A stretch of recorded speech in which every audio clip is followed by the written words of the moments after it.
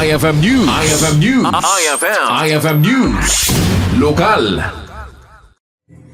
Bimisita ni Mayor Sheila Galano iti Paway East Central Elementary School tapno personal nga mamamuken kitaen dagiti agad-adal a naka-enroll iti Special Needs Education Program wenno SNED.